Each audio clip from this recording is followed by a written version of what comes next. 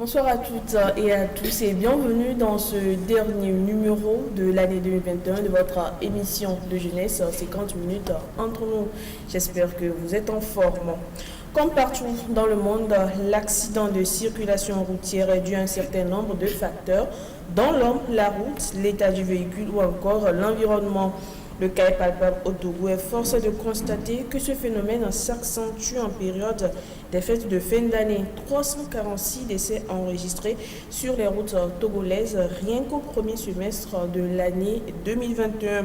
Ce qui nous amène aujourd'hui à porter notre discussion sur la recrudescence des accidents de la route en période des fêtes de fin d'année. Et justement pour en parler, je suis entourée de trois amis. Bonsoir et bienvenue. Bonsoir. Comment vous vous portez? Bien. Je vais bien. Comment vous vous portez quand vous la fête de Noël, c'est pas bien passé. Comment vous vous portez? Je vais bien, même si on n'a pas très bien fêté. Ah bon? Moi, je vais bien parce que j'ai bien fêté. Bon, moi, je peux dire je me sens ainsi bien, mais bon, le climat aussi joue. J'ai un peu perdu un peu ma voix. Voilà, on va se présenter pour les téléspectateurs. Moi, je réponds au nom de Benjamin Koumboum.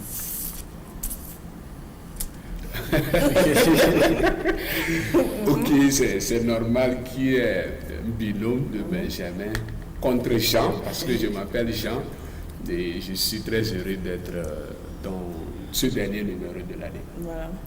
Ça fait toujours plaisir. C'est le dernier numéro et Benjamin Soumali, je suis. Voilà. Merci d'avoir accepté notre invitation. Nous allons partir pour la transition et revenir pour le débat.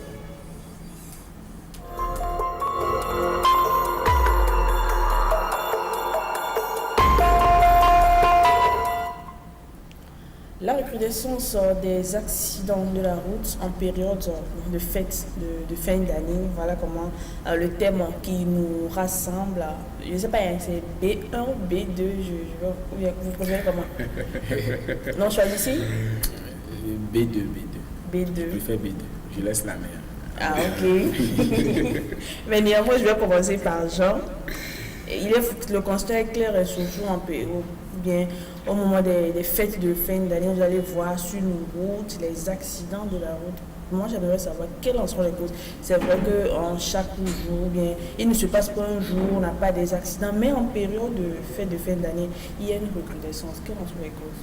Ok, merci beaucoup pour la question. Et je pense que du point de vue personnel, vous venez de le dire qu'il y a 346 décès au premier semestre de l'année. Mais à l'approche des fêtes, nous avons tendance à croire que nous sommes en vie, donc il ne faut plus se contrôler, il faut aller à l'excès de vitesse, ce qui complique des fois la situation, ou bien la circulation. Et si nous prenons par exemple quelqu'un qui se met en contact avec de l'alcool, il prend la moto, il n'a pas besoin d'augmenter plus de vitesse avant de faire accident. Or, nous savons qu'au Togo ou en Afrique de façon générale, c'est quand les fêtes s'approchent que nous faisons plus usage aux boissons alcoolisées ou bien de tout ce qui est attrait à la drogue. Donc, c'est ça maintenant qui pousse l'organisme ou bien l'être humain à rouler à des vitesses accélérées ou à ne pas se contrôler quand il est en circulation, à ne pas respecter la distance de sécurité qui normalement devait séparer un engin à l'autre.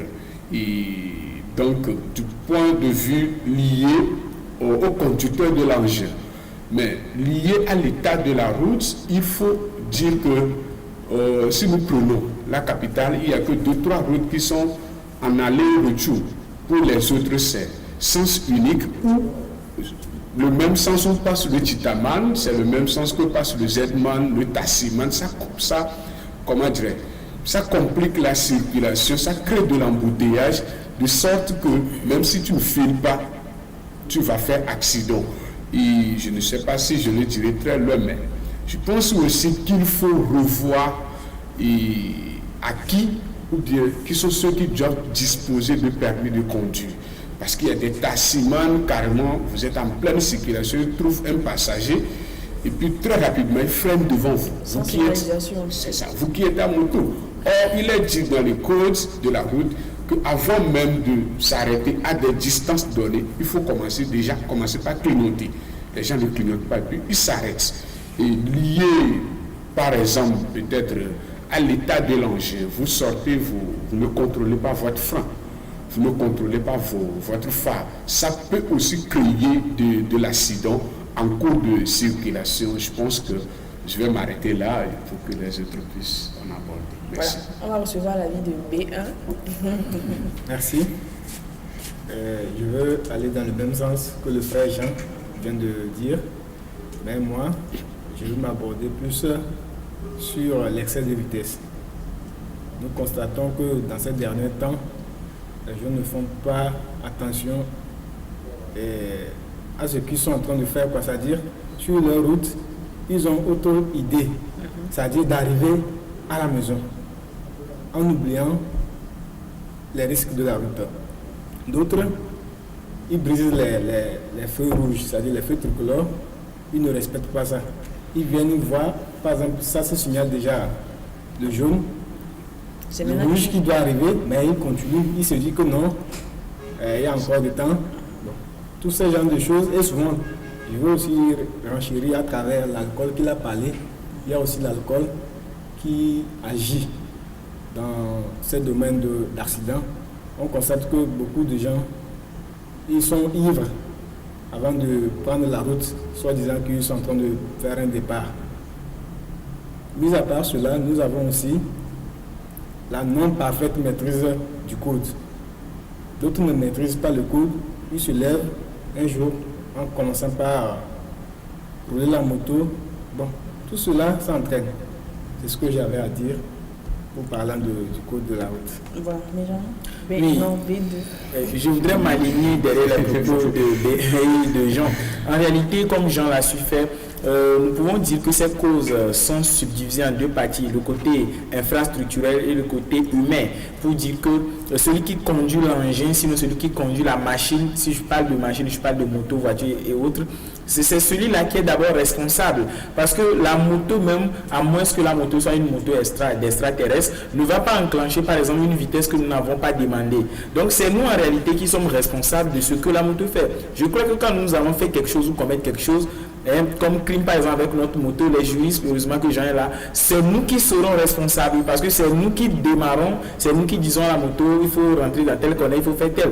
Donc en réalité, je pense que le facteur infrastructurel n'est pas quand même une vérité à dénier ou à démentir, mais il faut quand même reconnaître que le côté humain, sinon les personnes qui sont responsables des engins sont les mieux placés pour se contrôler en circulation. D'abord, comme vous l'avez déjà dit, il y a les gens qui conduisent en état d'ivresse et puis il y en a qui vont jusqu'à dire que je vois mieux quand je bois. Mais ce sont des choses que les gens disent en réalité qui font rire, mais qui font tout de suite peur. Qu'est-ce qu'ils voient concrètement? Oui, mais vous allez voir quelqu'un par exemple qui finit une fête, mais vu le nombre, on n'interdit pas en réalité l'alcool. Quelqu'un qui vient de finir quelques bouteilles de liqueur, mais qui dit, est-ce qu'on lui demande, la famille souvent un peu inquiète, il dit, est-ce que vous pouvez conduire? Mais la personne a rassure la famille en disant, non, mais l'alcool m'a rendu plus cléva comme on a l'habitude de le dire, je pense que je vais conduire. En réalité, c'est une question de prise de conscience parce que les gens donnent l'impression comme si la vie c'était un brouillon et que nous sommes en train d'essayer, il y a encore une autre vie que nous allons mener et qui sera maintenant l'original que nous, ou bien la copie à ramasser si nous étions en composition. On se fout en réalité de soi et des autres parce que quand l'accident va être causé, on ne pense pas aux autres. Donc ce sont ces circonstances-là psychologiques que l'on se crée et qui font que l'intéressé qui conduit, ou bien le conducteur ne veut pas avoir la maîtrise de ce qu'il est en train de faire. Il faut plus de concentration. Maintenant, par rapport aux infrastructures, ce n'est qu'un secret de polichinelle. Même si nous voyons l'état de nos routes, on n'a plus besoin de parler de cela. Tout le monde sait que les routes ne sont pas bonnes. Quand nous prenons par exemple une route où deux individus doivent pas se dépasser, il y a des routes où le dépassement est interdit. Mais la situation de la route ou bien l'état de la route oblige celui-là ou bien celle-là qui conduit de faire le dépassement parce que devant lui voici un trou béant, mais lui ne peut pas quand même gâter son engin comme ça, et s'il rentre dans le trou il risque de causer encore des entrechocs par derrière. Donc il est obligé de dépasser le trou et d'aller maintenant aux côtés de l'autre usager là qui vient dans le sens contraire. Là, ce n'est plus dépendamment de sa volonté, mais c'est quand même la situation de la route ou bien les causes infrastructurelles, si je peux le dire ainsi, qui amènent ce jeune-là à faire cela. Donc il faut dire quand même que les deux, quoi qu'on dise, les deux facteurs, sinon les deux causes sont pas quand même à négliger. Alors Jean, moi j'aimerais savoir quelque chose. C'est vrai, nous sommes en période des fêtes de fin d'année. Vous avez parlé de l'excès de vitesse, de l'alcool. Moi j'aimerais savoir qu'est-ce qui pousse les gens. C'est parce qu'on est dans cette période, c'est la fête, c'est l'euphorie. Qu'est-ce qui amène en fait les gens à prendre l'alcool et à prendre les engins pour causer des accidents? Il y a un facteur déterminant. Et c'est quand vous n'avez pas cette culture-là au cours de l'année de se donner de joie à vous-même. Les gens pensent qu'il faut attendre fin décembre pour pouvoir fêter. Or, tu peux être au cours d'une année, demander aux amis de passer, si tu es à la maison, et organiser une petite fête, ou bien entre vous, amis, vous organisez une fête. C'est quand les gens pensent que non, c'est le 24 décembre que la fête commence et ça se termine le 1er ou bien le 2. Donc, toute cette période-là, il faut être ivre. C'est leur manière de penser les choses, ça. Mais mis à part ça, si c'est que nos infrastructures en termes de routes étaient dans le sens aller-retour, vous verrez que ces gens-là ne vont pas causer la mort d'autres personnes. Pourquoi? Ils peuvent causer la mort d'autres personnes, mais pas assez.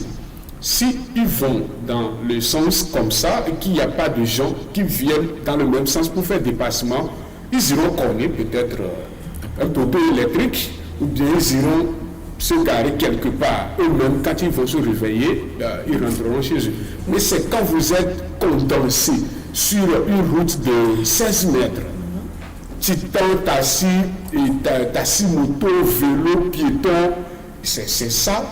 Celui qui est ivre en période de fête, qui se croit que c'est en période de fête qu'il faut boire de pisse ou de l'alcool, va causer la mort à un piéton, à un pauvre paysan qui revenait du marché, un Z-man qui cherche à faire un job pour nourrir sa famille. Donc, pour corriger ça, je pense que il faut que un projet entre-temps ait été lancé au ministère des Transports, que tous ceux qui doivent conduire, que ce soit taxi, voiture, moto, doivent disposer de permis. Mais ce projet aussi est resté dans le tiroir, je ne sais pas pourquoi. Il faut qu'on soit qualifié pour pouvoir toucher à un engin. Si vous ne disposez pas de permis, vous ne conduisez pas. Là, si vous disposez de permis et que vous êtes ivre, là, vous connaissez quelqu'un, on demande d'abord votre permis. Vous avez le permis. Et pourquoi? Qu'est-ce qui est dit dans le code? Là, on sait que la personne, avant qu'il n'obtienne le permis de conduire, on lui a quand même fait rappel des dispositions qui sont derrière ça. Mais aujourd'hui, vous voyez peut-être dans tous les pays d'Afrique ou ici, chez nous, au Togo, tout le monde peut prendre moto, de taxi, voiture et aller comme il veut. Il n'y a pas un contrôle suffisant qui est fait. Et il y a aussi un aspect que M. Benjamin avait soulevé, que l'histoire des feux de signalisation. Et il faut véritablement moi je souhaiterais même qu'on mette le système français au Togo, parce que ça relève en fait de l'autorité des maires. Les feux rouges, c'est les maires en réalité qui sont habilités à contrôler ça et à les instituer, à les placer où le besoin se fait sentir. Qu'est-ce qu'on fait en France? En France, vous violez le feu rouge, on ne vous arrête même pas. C'est que vous arrivez à la maison, on vous apporte le PV. Vous payez. Soit vous payez et vous sortez votre engin, soit vous ne payez pas, on bloque votre engin. Alors, comment on saura que vous avez violé? Ça voudrait dire qu'on a mis en place des caméras de surveillance. Des caméras de surveillance. Vous violez, on vous suit avec les caméras, vous garez, il y a le police qui est là, on vous remet le PV. Mais ici au Togo, il suffit de violer le feu rouge ici. De l'autre côté, on n'est même pas en mesure de vous identifier. Ce n'est pas bien. Et puis, il faut aussi de temps en temps sensibiliser les gens. Parce que du moment où tu violes le feu rouge, il y a le feu vert qui s'allume pour quelqu'un. Pour lui, il faut aller. Et toi qui violes, tu vas mettre sa vie en difficulté. Et je vais revenir peut-être à la question initiale pour dire que en période de fête, lorsqu'on est gouvernant, il faut par moment mettre des polices en place. En période de fête, il faut déployer les forces de l'ordre. On voit quelqu'un qui ne conduit pas bien, on bloque son engin. Après la fête, on lui remet. On bloque catégoriquement l'engin. Après la fête, on lui remet. Parce que ce n'est pas parce que lui est en joie qu'il va causer la mort à quelqu'un. Mais si on le laisse parce que non, on lui rappelle à l'ordre, non, on ne gouverne pas comme ça. Moi, peut-être, ceux qui sont les dirigeants en ce domaine, on observe bien sur les routes. Vous ne conduisez pas bien, vous n'êtes pas en bon état de conduite, on vous interpelle. Vous garez le véhicule ou la moto, au lendemain des faits, vous prenez. Si c'est un taximan qui circule, qui n'a même pas de clignotant, parce que les taxis là sont, comment dirais-je, plein enlumés, il n'y a pas de clignotant, il n'y a pas de permis. Quand même vous voyez l'état du véhicule, non, il faut garder. C'est ça, il faut très rapidement faire balayer tout ça là de la route pour permettre aux citoyens de vivre aussi longtemps. Parce que quand on est dirigeant, on est supposé protéger la vie de ses concitoyens, sinon de ses citoyens. Et merci beaucoup. Alors, mais tu as bien entendu, écouter le développement de Jean. Il a parlé de sensibilisation. Moi, je crois qu'on a assez sensibilisé. Même aujourd'hui, vous allez voir à des carrefours des agents de la DSR avec certaines pancartes pour sensibiliser les gens sur par rapport à l'excès de vitesse et autres. Mais au fait, les faits sont là. Les gens continuent de violer les feux tricolores, d'excéder dans la vitesse et autres. Qu'est-ce qu'il faut faire maintenant? Bon, merci. Moi, je veux pencher au niveau de la jeunesse. Par exemple, ces moments, je constate que les jeunes sont plus en joie parce qu'ils veulent montrer leur talent. Entre guillemets, ils ont le sang chaud. Voilà, entre guillemets, ils ont le sang chaud. Ils veulent montrer leur talent et souvent, c'est devant les filles. Ah. Oui, ça fait rire, mais c'est de quoi je dis. Donc, pour cela, ils continuent à faire de telle sorte qu'on puisse les voir dans la société. Et je crois que pour se faire voir, c'est à travers les engins, en circulant dans le quartier, ou soit sur les routes, en filant, en excès de vitesse, qui va prouver qu'ils sont jeunes. Maintenant, je reviens maintenant à la question posée. Pour remédier à ça plutôt, nous allons beaucoup aller sur les zones, comme on vient de le faire, au moins les appeler par une sensibilisation. C'est-à-dire les sensibiliser et les dire le pourquoi, ce que ça peut entraîner comme inconvénient dans leur vie. C'est-à-dire le danger qu'ils peuvent courir après ces risques qu'ils sont en train de faire. Parce qu'il y a beaucoup qui ne savent pas. Et la plupart, ils sont du village, d'autres viennent du village pour étudier. Leurs parents les ont offert des engins de placement, mais ils ne maîtrisent pas parfaitement comment utiliser cet engin. Donc pour cela, nous allons mettre plus une sensibilisation à leur endroit pour que ça puisse leur profiter. Et comme ça, nous aurons une réduction des accidents lors des fêtes. Merci. Oui, je pense qu'une fois encore, je vais m'aligner derrière les deux prédécesseurs. C'est une question qui me tient beaucoup à cœur. Il suffit juste de longer la route de Zanguira, je veux nommer la route qui va vers Palimé, de la Douane pour Zanguira pour comprendre en réalité que ce problème des tassimènes, on doit prendre quand même des mesures, je vais jusqu'à dire drastiques, pour que ce phénomène de tassimène qui sert sans clignotant s'arrête. Ce matin seulement, je quittais chez moi de vers Zanguira pour la ville et heureusement, sinon je ne sais pas si je dois dire, heureusement que j'avais une protection divine qui m'a sauvé, je ne sais pas. Non, c'est la protection. Oui, par après, je me suis dit en réalité que la vie n'était juste qu'un fil d'aiguille, qu'un fil, parce que le monsieur, il était juste devant nous, on était en file indien, on circulait, et d'un seul coup, ayant vu un client qui levait la main, il a serré sans clignotant et il s'est arrêté. Même pas ralenti. S'il avait ralenti, ceux derrière moi et puis moi, on allait quand même essayer de modérer notre vitesse et tout, mais il a serré. Et il y a un monsieur qui m'a dépassé et le monsieur est parti serrer devant lui. Il est venu gentiment vers lui, il a demandé quand même qu'est-ce qui ne va pas. Il a commencé par crier sur le monsieur. J'ai dit, monsieur, ce que vous êtes en train de faire là, si vous continuez, vous aurez mal ce matin. Et le client qu'il devait prendre, même le client refusait de prendre, de monter à bord, de le laisser.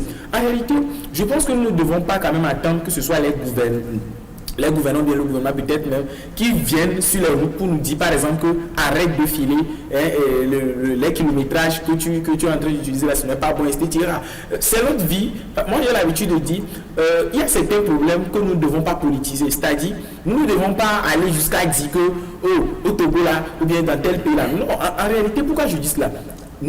Ceux qui nous gouvernent sont dans des voitures climatisées et puis ils passent en toute tranquillité. Parfois même il arrive que quand ils veulent passer, on libère la route pour qu'ils puissent passer.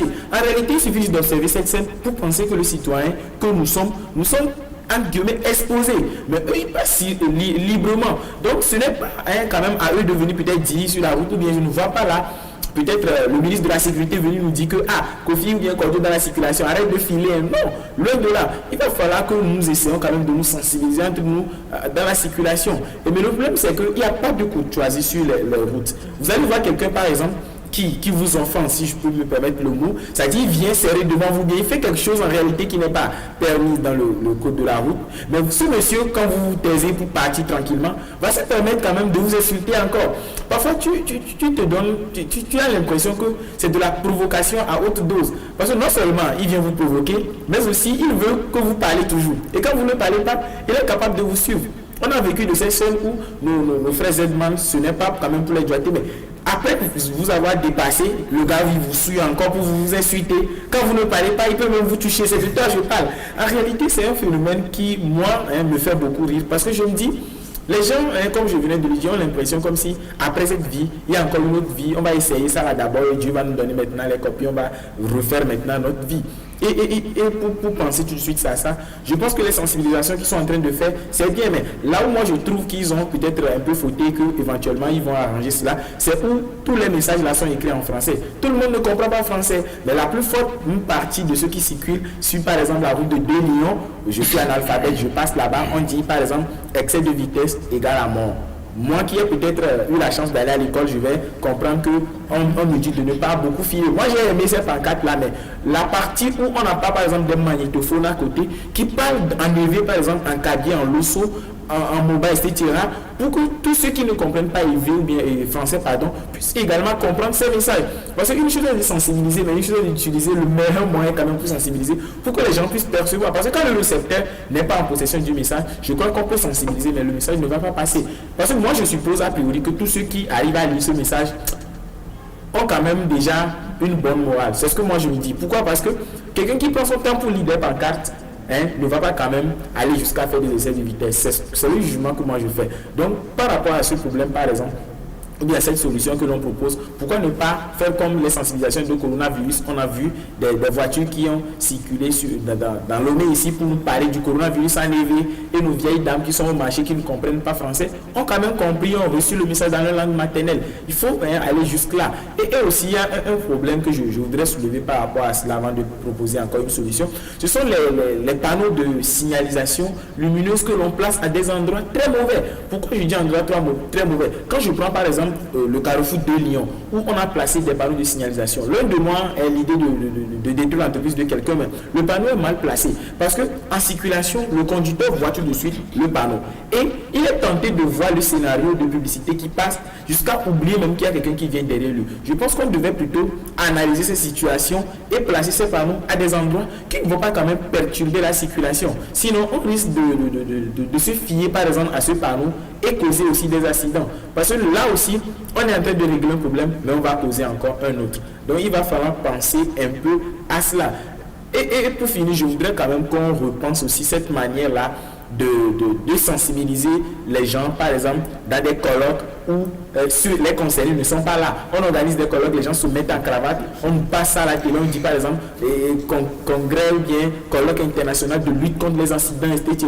Mais les concernés même sont sur la route et puis vous finissez, vous signez les papiers, vous mettez ça dans les tiroirs et c'est fini. Donc, mais il faut qu'on soit plus concret, comme on vient de le dire tout de suite. Il faut qu'on aille vers ces gens-là. Pourquoi ne pas aller de marché en marché, ou bien comme Jean l'a dit, avec la décentralisation qui est en cours, je pense qu'on a un peu plus maintenant la maîtrise de notre géographie. Donc pourquoi ne pas confier ce rôle-là au maire, d'aller vers un peu plus la population et aller, pourquoi pas aussi faire la police de proximité et laisser ces policiers-là de part et d'autre, parce qu'on en a assez dans ce pays, de part et d'autre dans les ronds-points, dans les carrefours, qui vont tout de suite suivre de près ces brebis galeuses-là et les sortir du lot, comme Jean l'a dit, et leur remettre leur engin quand les fêtes vont finir. Voilà, Jean, réaction par rapport à ce que les Jamais Oui, dit. oui. Et j'aimerais bien qu'on touche du doigt les actes civiques que nous faisons sur les routes. C'est vraiment important. Oui. Premier acte civique, c'est violation de feu de signalisation. Parce que c'est le premier acte normalement qui cause l'accident. Le premier acte qui cause l'accident, c'est la violation de feu. Et je voudrais aussi repréciser quelque chose. Quand on dit que le gouvernement doit sensibiliser, ça voudrait dire que c'est une action décentralisée. Quand le pouvoir central passe l'ordre au pouvoir local, c'est le gouvernement qui agit. Et je voudrais aussi dire, peut-être ça, mais c'est à l'endroit de ceux qui dirigent, on pense que le métier de taximan, c'est pour les gens qui n'ont pas fréquenté. Ce qui ne devait pas être le cas. Taximan dans les pays, peut-être Gabon, même à côté, c'est quelqu'un de très respecté.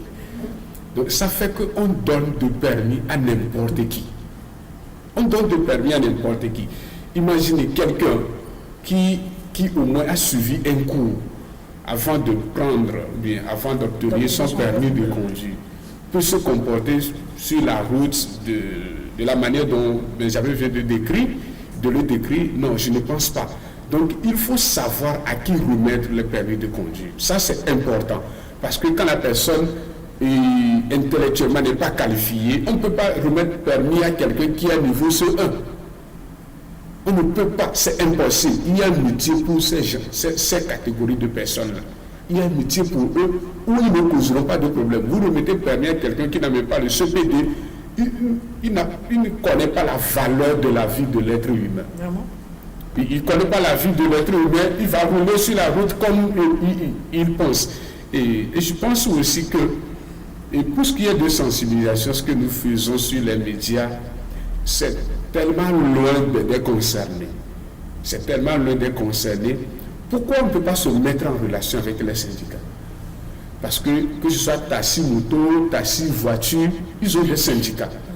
On peut se rapprocher des syndicats et organiser une sensibilisation à leur niveau, corps à corps comme ça. On leur parle. Que ça se fait? De quelle manière? Est-ce qu'on fait des t-shirts, on distribue aux aidements, ils circulent dans les quartiers, se retrouvent, on dit on a fait sensibilisation, on invite TVT, on fait, on filme la situation, cocktail, puis c'est fini, c'est ça la sensibilisation. Il faut parler du bien fondé, de l'inconvénient. Comme Benjamin vient de le dire, il faut montrer l'inconvénient qui est derrière l'acte qu'il pose. Même si c'est possible, même leur faire un appel. C'est ça. Donc, si la personne est au courant de ce qu'il encourt comme danger, il ne le fera pas. Mais comme Benjamin l'a aussi dit, quand on a de l'argent, on ne sait pas comment le dépenser, il faut organiser quelque chose pour camoufler les dépenses en dessous de ça. Donc on organise quelque chose. Moi je ne suis pas d'accord pour ces gens-là. Ça ne veut pas dire que je suis politiquement contre qui que ce soit. Mais il faut dépenser l'argent dans de bonnes conditions, à de bonnes fins. Et puis tout le pays sera correct. Et moi j'insiste là-dessus. Le seul moyen pour, en cette période de fête, de sauver des vies, pour ceux qui se comportent mal, ou bien en allant à des excès de vitesse, c'est quand vous constatez ça, on bloque l'engin. Que vélo ou pas, on bloque l'engin, on garde ça. Là, si la personne va courir pour montrer qu'il a plus de vitesse, il va courir. Donc, s'il n'a plus d'engin, il va aller prêter quelqu'un, on va encore bloquer ça. Donc, tant qu'on bloque pour deux personnes, moi, je ne veux même plus accepter de donner la clé de mon engin. Ça, c'est très clair. Merci beaucoup. Une méthode forte, hein. Oui. Mais ta réaction Et par une rapport à autre cette question? encore, on doit beaucoup mettre l'accent sur les clignotants, c'est-à-dire le bon état de l'engin en question. Parce que souvent, quand l'engin n'est pas en bon état, déjà c'est un problème déjà. Et la personne même se sent en danger. Donc pour cela, on doit d'abord mettre accent sur les engins. Et ensuite, au moins moraliser ceux qui sans arrêt à insulter. C'est-à-dire il est dans son engin, l'autre là il insulte, il se jette des mots sales. Ce sont des choses inciviques que normalement qu'il n'arrive pas à faire. On doit aussi essayer de voir, peut-être mettre une disposition sur les routes, comme par exemple les policiers le font déjà. Ceux qui sont là à s'insulter ou bien à faire ce genre de choses, on peut les appeler ou bien retirer leur engin comme le frère le dit, le frère Jean vient de le dire, et comme ça va permettre de bonnes manières, ils vont cultiver d'autres bonnes manières. C'est ce que Non, j'ai je ne vous coupe pas la parole, mais je pense que ça relève également du rôle des syndicats. Parce que le bien fondé d'un syndicat, c'est de sensibiliser ses partisans. Les gens pensent que les syndicats sont seulement des indicateurs. Moi, je pense que c'est les policiers qui jouent. C'est ça. Donc, ça voudrait dire qu'on ne doit pas autoriser la formation des syndicats à des fins que peut-être on va laisser le nom. Mais il faut que les syndicats soient en mesure de former leurs syndiqués sur les bonnes manières, de les bons usages sur les routes. Et aussi au niveau des policiers. Je pense que quand quelqu'un est en infraction, il faut lui appliquer ce qui est prévu par la loi. Quand on vous dit que quand vous roulez sans plaque ou bien sans pièces, vous êtes verbalisé à 5 000 francs et que vous devez aller prendre votre moto à la brigade motorisée, il faut suivre les dispositions. Maintenant, la personne est en infraction. Vous l'arrêtez. Elle vous donne 500. Vous le libérez. Demain, cette même personne va encore faire la même chose. Elle va commettre la même infraction. Jusqu'à quand? Mais si on prend la moto de la personne, on l'amène à la brigade motorisée, d'abord il retourne à la maison pour prendre les pièces, ou bien il fait immatriculer son engin avant de revenir à ce niveau, montrer les pièces ou les récépissés d'immatriculation. Demain, peut-être, si c'est infraction liée au manque de pièces, là, il ne va plus comme ça. Si c'est infraction liée, ou bien la contravention liée à la violation de feu, la personne ne le fera plus. Mais les policiers aussi, ils développent une très mauvaise habitude sur les routes, bien sûr nos routes. Ils se contentent des 500 de 1000 francs, tout en mettant la vie de leurs concitoyens en danger. Et moi, je salue l'initiative de, je ne sais pas si c'est du gouvernement ou bien c'est de la police nationale. Et aujourd'hui, vous voyez un policier qui prend de l'argent. C'est quelqu'un qui est en contravention, vous le dénoncez, il est sous sanction. Ça, c'est très clair. Je l'ai vécu avec mes propres yeux. Nous travaillons pour un cadre et dans ce secteur-là. Et puis, j'étais en véhicule avec lui, on discutait, on allait vers Bénin, on devait aller au Bénin. Et après Baguida, on a constaté qu'il y a un policier qui prenait de l'argent. La personne a violé le feu, il a interpellé. Et puis, la personne s'est arrêtée. Au lieu de lui demander de garder le véhicule, on lui a donné 2000 francs que le commissaire avec qui moi je suis dans le véhicule a vu de loin. Et puis, il dit, OK. Il a roulé son véhicule. Arrivé à son niveau, il a demandé, tu as pris les 2000 euros. Je suis derrière, tu as couru, tu rattrapes la personne, tu lui remets les 2000 et tu lui demandes de garer son véhicule. Merci. Et moi, je suis côté mon chauffeur et le policier a commencé par courir. Il est arrivé jusqu'au niveau de Bogan. Et son chef l'a arrêté. Il dit, tu ne peux pas rattraper la personne, mais ne le fais plus. Et les 2000, on lui a retiré ça. Donc, ces sanctions-là, et je parie que cette même personne, ce policier, si un jour même on lui donne 10 000, il ne va plus prendre ça. Ça voudrait dire que pour corriger certaines choses, ça va faire mal à une catégorie de personnes. Mais il faut aller, c'est comme ça qu'on est dirigeant, c'est comme ça qu'on corrige les choses. Donc il faut qu'on revienne à de bons sentiments et que chacun participe au développement de notre pays ou de la vie civique de façon générale. Merci. Voilà. On va laisser bien terminer son développement. Tu étais en train de... Je crois que tout est déjà dit. Je ne vais plus beaucoup dire quelque chose. Bon, juste comme il vient de le dire, on doit beaucoup mettre des sanctions, c'est-à-dire appliquer des sanctions rigueur. Par exemple, retirer l'engin, qu'il reparte. Après avoir été, bon, on constate qu'il est en infraction, on retire et la personne suit à la brigade motorisée comme ça, arriver, paye. Quand il va payer, il saura que ce serait plus bon de faire ça. C'est ce que j'ai à dire encore. Merci. Voilà. Mais jamais. Et il faut, maintenant, j'aimerais qu'on touche du doigt les conséquences. On a parlé des causes, des accidents. Maintenant, les conséquences, c'est que la principale conséquence, c'est la mort, c'est le décès. Mais autres conséquences sont liées aux accidents de tout là. Bien avant peut-être de revenir aux conséquences, comme vous l'avez dit, parce que c'est là même la question. Mais je voudrais rapidement rebondir sur cette affaire de policier où celui qui a une infraction pense finalement que c'est l'agent qui va régler l'infraction. Et les gens sont tentés même de dire que si je le fais, je vais donner 2000 et on va me laisser passer. Je pense qu'au lieu d'être agressif, je parle au policier, au lieu d'être agressif et retirer la clé de façon mécanique dans la moto de l'usager, il faut plutôt donner quand même les raisons de ce que vous êtes en train de lui dire. De lui dire par exemple que puisque vous n'avez pas observé le feu tricolore, voici donc ce que vous devez payer. Et je pense que comme ça, cette personne-là va comprendre. Mais il y a des gens qui sont arrêtés dans ce pays, mais qui ont donné l'argent, qui sont partis, mais qui ne savent pas pourquoi on les a arrêtés. Et cette personne-là, je parie qu'elle va faire encore la même chose. Donc il faut quand même que les policiers aussi profitent en même temps pour sensibiliser, en donnant quand même les raisons de l'arrestation. Au lieu de retirer la clé, je ne sais pas dans quel code c'est écrit que le policier doit quand même retirer la clé de façon mécanique et non courtoise aussi. Ils ne sont pas aussi courtois ces policiers-là en certains carrefours. Quoi qu'on dise, ils ont quand même l'obligation d'être un peu plus courtois envers nous qui sommes les usagers. Ainsi doit aller quand même notre cher pays, le Togo. Maintenant, pour revenir par rapport aux conséquences, c'est la mort. La première, et moi je dis même que toutes les conséquences reviennent toujours à la mort. Parce que même si on dit souvent, moi quand on dit il y a eu un accident sur telle route, 15 morts, 2 blessés, moi j'ajoute en même temps les 2 blessés là au monde. Pourquoi j'ai l'habitude de le dire ainsi? Parce que tôt ou tard, vous avez déjà reçu des chocs, vous avez déjà reçu des endommagements dans votre corps. Donc, que vous le voulez ou pas, vous êtes en train de ralentir déjà votre espérance de vie. Parce que il suffit d'aller au traumato. Moi, je me dis parfois que il faut aller peut-être filmer les scènes au traumato et passer sur des écrans au bord de la route pour que certains arrêtent quand même de faire certaines choses. Parce que vous voyez un individu... Mais ça va quand même choquer la sensibilité.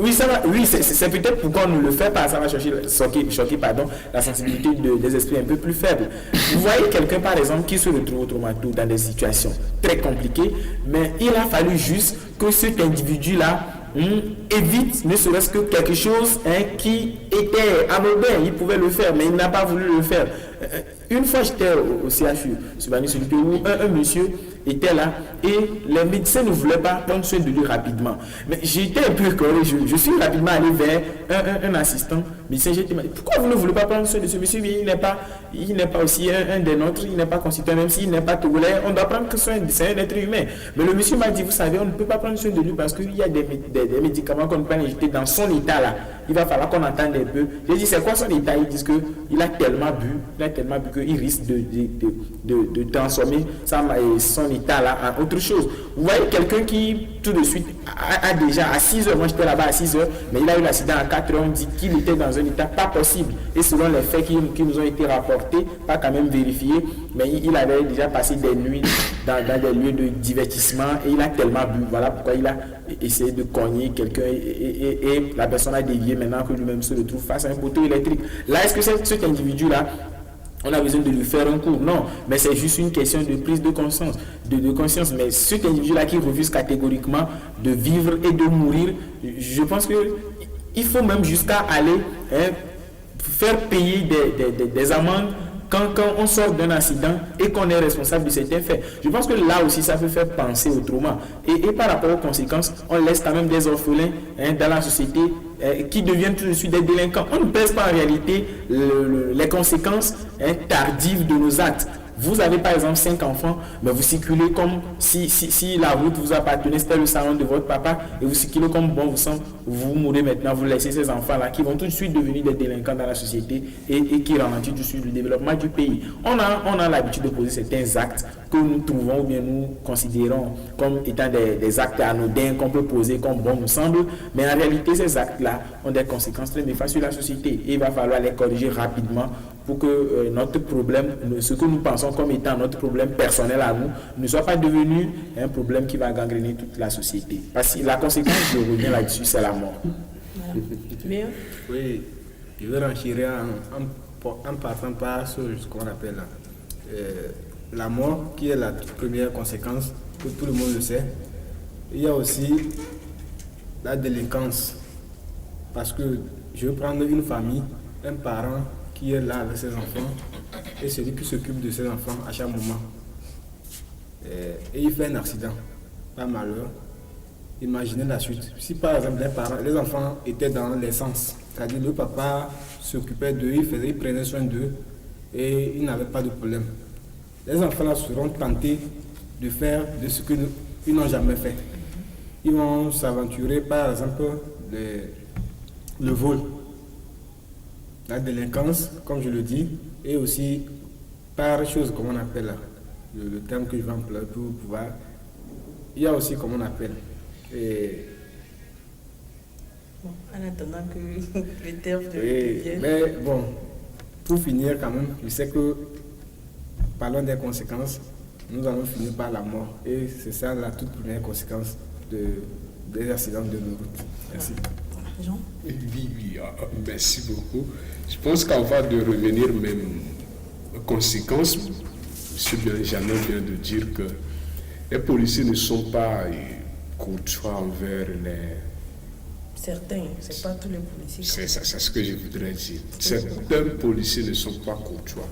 Et qu'est-ce qui a développé cet esprit à leur niveau? Parce qu'initialement, les policiers n'étaient pas comme on le voyait aujourd'hui.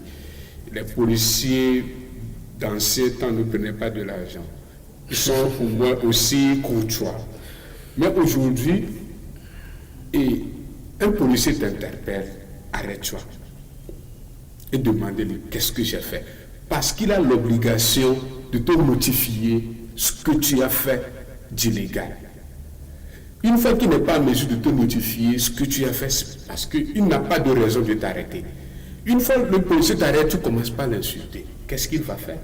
Il vient, il sait que c'est quand le contact est coupé, tu ne pourras plus partir avec ton engin, donc il coupe ça tranquillement.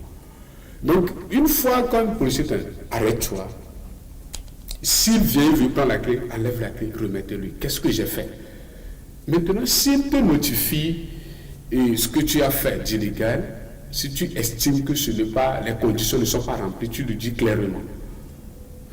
Jean, je te coupe la parole, mais j'ai envie quand même d'inviter peut-être 10 policiers et filmer ou bien filmer en cachette les actions qui se passent entre nos chers policiers de ce pays-là et les non, vous savez. En réalité, quand vous demandez à un policier, oui, mais quand vous demandez pas tout de suite à un policier, qu'est-ce que j'ai fait, il est capable de vous laisser là-bas sur chaud soleil dans Togolais pendant ne serait-ce que 20 ou 30 minutes. Vous voyez, en réalité, je dirais toujours, quand je jette le discrédit sur eux, c'est parce que je me dis, tout de suite, c'est eux l'autorité, c'est à eux d'être un peu plus courtois pour que la population revienne à la raison. En fait, je pense qu'ils ont quand même la solution. Cette page de police. Oui, ce que j'essaie de dire, c'est que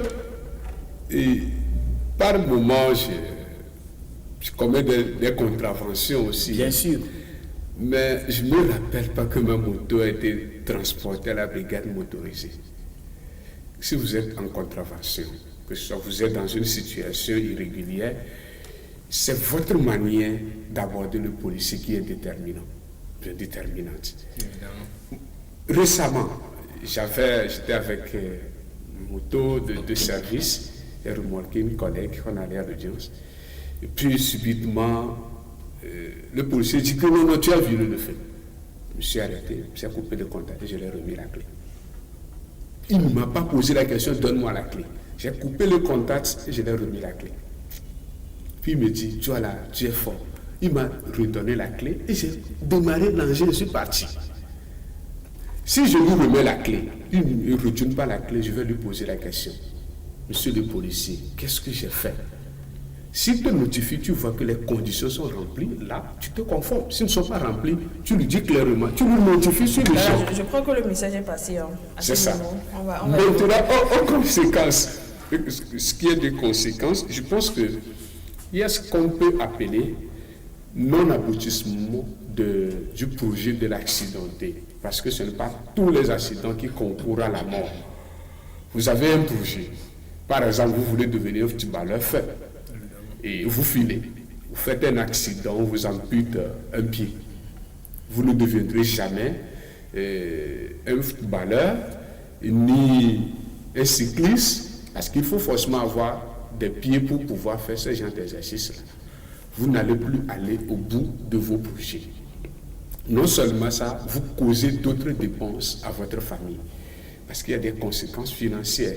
Jusqu'à ce que vous ne descendiez de l'hôpital, c'est de l'argent qui sera investi. Donc, pensez à cela. Je pense que nous-mêmes, on devait commencer déjà par développer cet esprit-là autour, entre amis. Notre entourage, on devait déjà commencer par développer cet esprit-là.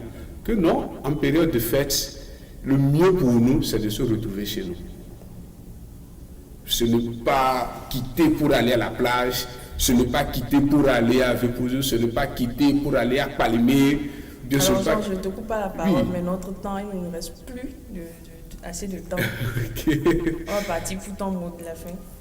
Je suis tellement content d'être autour de cette table pour voir au moins le visage de Benjamin avant 2022, celle de Brigitte, et la partie technique aussi. Et j'insiste que les policiers ou nos autorités, une fois quelqu'un est en état d'ivresse ou bien il file à l'excès de vitesse, que son engin soit bloqué, et après les fêtes, on lui retourne ça. Merci beaucoup.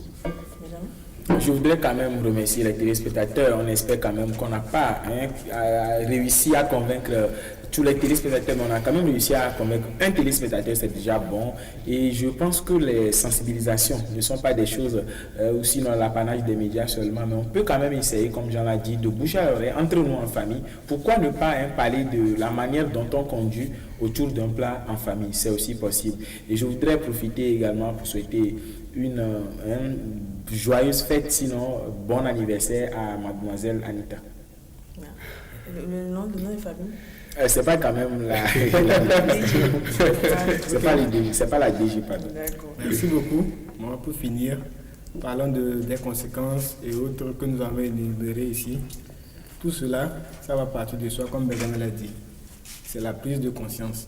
Parce que nous savons que la fin de l'année conclut beaucoup de dangers, de change. Oui, il y a beaucoup de dangers qui concourent à ça. Donc, je demande à tout un chacun de prendre conscience. Parce que s'il veut se voir dans une nouvelle année, il doit aller prudemment pour ne pas causer autre problème. Merci beaucoup. C'est ce que j'avais à dire. Merci à vous aussi. Merci également à vous, très chers téléspectateurs, de nous avoir suivis. Oh Dieu, merci de nous avoir suivis durant toute cette année 2021. Merci également à la partie technique qui était avec moi tous les mercredis pour cette émission. Aujourd'hui, on avait Jeff, Folie et tous les autres. On va se dire au revoir à mercredi prochain, mais en 2022. Au revoir.